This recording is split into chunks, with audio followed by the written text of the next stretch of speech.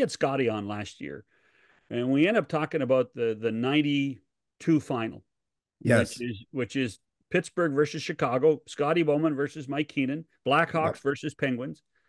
Um, and it's and Scotty tells a story about being on the bench in game number, I want to say it was game 4, and you put Dom Hasek in goal for Chicago. Yes. And Changed it. Yep.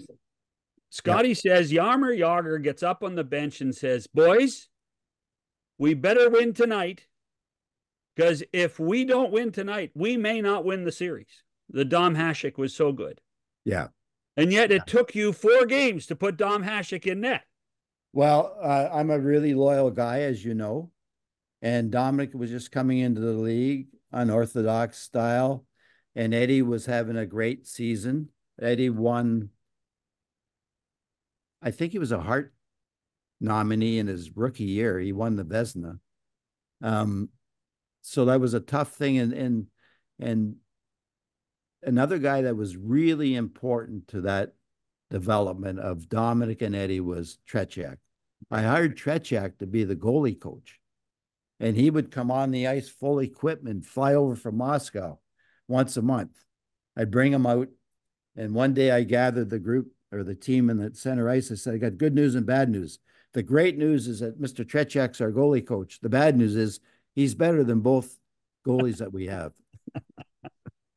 Anyway, yeah, because it's interesting you bring that up, John, because Mario talked about it when I was just with him this past weekend, and he said we were lucky, and I go back to the first game where we had the great lead, and then Mario made the big dive, and he was laughing about it, and Andy Van Helmen called the penalty, and then he said we scored in the power play, we come back, win the game.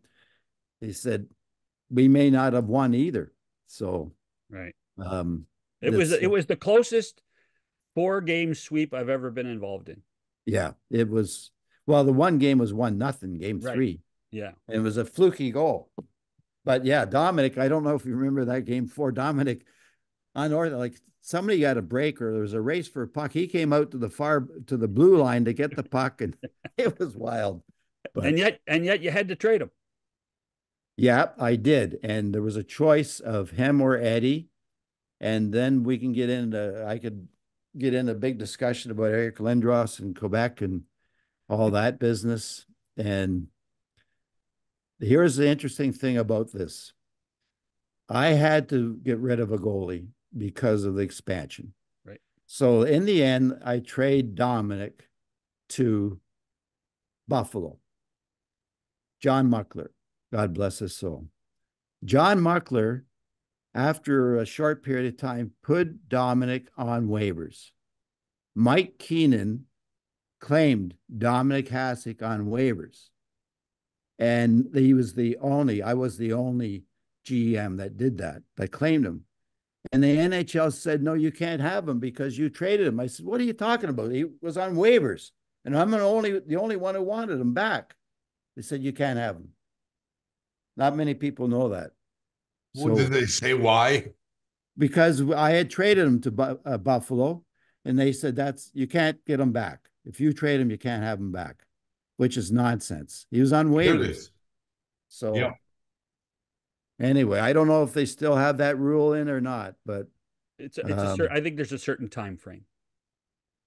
But anyway, they wouldn't let him come back to me, and the rest. Well, and probably more important because of the expansion draft. And then he goes on to win the Hart Trophy. Yeah, no. Yeah. Ends up being one of the greatest goaltenders of all time, Mike. Yes. Yeah. So you better put the caveat in that you claimed him on waivers in order to make yourself. Well, I did actually. It wasn't about making myself. I couldn't believe that John put him on waivers. I said, I'll take him. Because he was so unorthodox. Oh, yeah. John was probably thinking, how's he going to stop any pucks? So yeah. And the rest he did. History. He did. That's for sure.